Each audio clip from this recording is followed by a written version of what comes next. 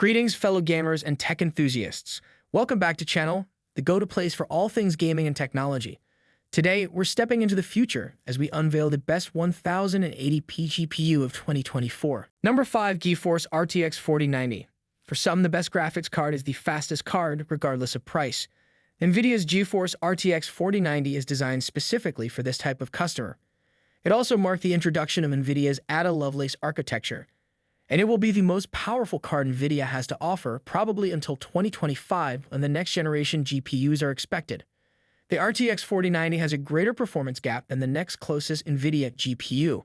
It outperforms the RTX 4080 in our suite of gaming benchmarks by 35%. It's also 51% faster than AMD's top-tier RX 7900 XTX, but costing around 60% more. To be clear, you will need a high refresh rate 4K monitor to get the most out of the RTX 4090. At 1440p, its advantage over a 4080 drops to 23%, and at 1080p, it's only 13%, and that includes some demanding DXR titles. At 1080p, the advantage over the RX 7900 XTX is reduced to 24%. To get the most out of the 4090, you'll need not just a high-resolution, high-refresh rate monitor, but also the fastest CPU feasible. It's not just about game performance. The RTX 4090 outperforms the RTX 4080 by up to 45% in professional content creation workloads, including Blender, Octane, and V-Ray. And it's more than 3 times faster in Blender than the RX 7900 XTX. Let's not even get started on artificial intelligence. The RTX 4090 is almost 4 times quicker than the 7900 XTX in stable diffusion testing for 512x 512 pictures and nearly 7 times faster for 768 images. Number 4, Radeon RX 7900 XTX. The Red Team King is no longer with us. Long live the Red Team King. AMD's Radeon RX 7900 XTX is the company's fastest graphics card, and it ranks near the top of the lists with a generational price increase to match. Officially priced at $999, the most affordable variants now start around $950, and supply has finally caught up to demand. A 7900 XTX is in high demand for good reason, since it features AMD's newest RDNA 3 architecture. This gives the 7900 XTX much higher compute power, as well as 33% more memory and bandwidth. When compared to the RX 6950 XT, the new GPU is 40% quicker at 4K, 30% faster at 1440p, and only 24% faster at 1080. It also provides that performance gain without significantly affecting power consumption or graphics card size. AMD remains a viable option for anyone who isn't concerned with ray tracing, and when you consider the enormous impact to speed for typically minor benefits in image fidelity, we can see why. Still, the number of games that support RT is growing, and the majority of those also support NVIDIA's DLSS technology, which AMD hasn't fully addressed, even if SR2 can come close at times. If you want the best DXR/RT experience right now, NVIDIA is still the clear winner.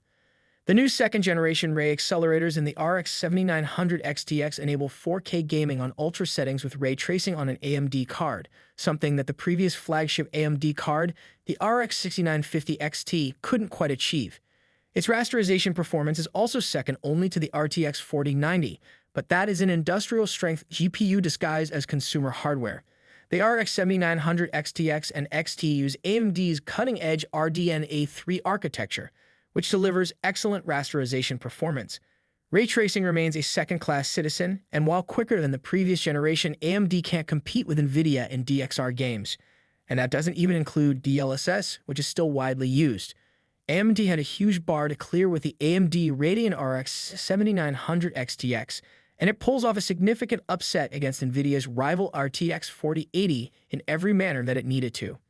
It isn't always the better graphics card in this or that test, and its ray tracing ability lags behind the RTX 4080, not to mention its creative performance. But with its outstanding overall performance and very competitive price point, it is exactly the type of enthusiast graphics card that our current era requires. Number 3, NVIDIA GeForce RTX 3090. Despite being a last-generation GPU, the NVIDIA RTX 3090 remains one of the greatest graphics cards available. No game or, more importantly, heavy graphics project will suffer from performance concerns with a huge 24 GB of RAM. In reality, we were able to obtain 8K performance at 60 frames per second out of the 3090. However, even 3 years after its release, it is still an extremely pricey device, and it is quite huge, so it will most likely be too much GPU for most people. The NVIDIA GeForce RTX 3090 is essentially a Titan replacement, meaning it's aimed more at the creative user, tackling intense 3D and video rendering than the passionate gamer. Nonetheless, it is far less expensive than the Titan, making it a steal for creative artists used to spending a lot of money on their tools of the trade. The NVIDIA GeForce RTX 3090 is the most powerful graphics card on the market today, offering playable 8K gaming performance as well as jaw-dropping 3D rendering and encoding capabilities. However, this degree of strength comes at a hefty cost. The vast majority of users are unlikely to find it worthwhile, but for creative professionals, whom NVIDIA is primarily targeting with this card, the RTX 3090 is a steal. The RTX 3090, like its smaller sibling, the RTX 3080, is based on NVIDIA's Ampere architecture and employs the full-fat DA102 GPU. This time, we'll get 82 streaming multiprocessors, SM, for a total of 10,496 QDA cores, 328 tensor cores, and 82 RT cores. The RTX 3090 also has 24 GB of GDDR6X video memory on a 384-bit bus, resulting in 936 GB of memory bandwidth, nearly a terabyte of data per second. Anyone who conducts significant 3D rendering work in tools like DaVinci Resolve and Blender will benefit greatly from having such a large allocation of VRAM that is this quick. And when your job requires these apps, anything that helps shorten project timelines saves you money in the long run. When combined with the RTX 3090's inexpensive price, at least when compared to the Titan RTX, it's a no-brainer. The NVIDIA GeForce RTX 3090 Founders Edition, like the RTX 3080, is hands down the greatest cooler design Team Green has ever shipped. Number 2, AMD Radeon RX 7800 XT. With the release of Navi 32, as well as the RX 7800 XT and RX 7700 XT, AMD has finalized its new RDNA 3 GPU family. The 7800 XT is clearly the better of the two cards. It's up to 20% faster and just 11% more expensive. That's not to claim it's a complete win. It's also only 5% faster than the old RX 6800 XT and has the same $500 starting price. It does, however, have a few advantages. Although overall performance is only marginally enhanced, the 7800 XT uses approximately 45% less power than the 6800 XT in our testing. Alternatively, it offers about the same performance as the 6900 XT while consuming less power and costing less online. It also includes AV1 encoding capability and DP 2.1 video output, as well as better computing and AI capabilities. It's roughly 45% quicker in stable diffusion than the 6800 XT, for example. Given that Navi 22 powered the RX 6700 class GPUs, it would have made more sense for Navi 32 to power the RX 7700 class GPUs as well.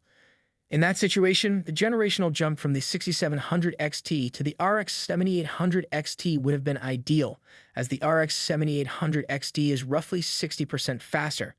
But then we have a new $499 MSRP gadget replacing a prior $479 MSRP card that's now retailing for approximately $320. In other words, AMD GPU is remaining inventory and value for money remain a source of contention. AMD's RX 7800 XT does not significantly exceed its predecessor, but it is $150 cheaper at launch. However, at the current rates, it's essentially a lateral transfer with some architectural and feature tweaks to sweeten the bargain. The AMD Radeon RX 7800 XT will be an excellent graphics card for many gamers who do not have the funds to spend on NVIDIA's considerably more expensive rival product. Number 1. NVIDIA GeForce RTX 4060 Ti. It's difficult to choose between the AMD Radeon RX 7700 XT and the 8GB version of the NVIDIA GeForce RTX 4060 Ti for a quad HD-tuned PC. The Radeon is faster in non-ray traced native res games and comes with greater VRAM, 12GB, but I'd still go with the RTX 4060 Ti. Apart from being substantially less expensive than the RX 7700 XT, some models of which cost almost as much as an RX 7800 XT, it more than makes up for its performance deficit once you start using all of its toys. DLSS upscaling appears to be better than SSRs, but there's also the RTX 4060 has vastly higher ray tracing performance, and the option of enabling DLSS 3 is send frame rates skyrocketing. Even basic DLSS upscaling can tip the scales in the RTX 4060 Ti's favor. It could average 46 EPS at 1440 with maximal settings, cycle ray tracing, and DLSS on quality, whilst the RX 7700 XT could only manage 38 EPS with quality SSR. The GPU's maximum power consumption is only 160 W, which is 40 V less than the RTX 3060 Ti despite producing higher frames per second.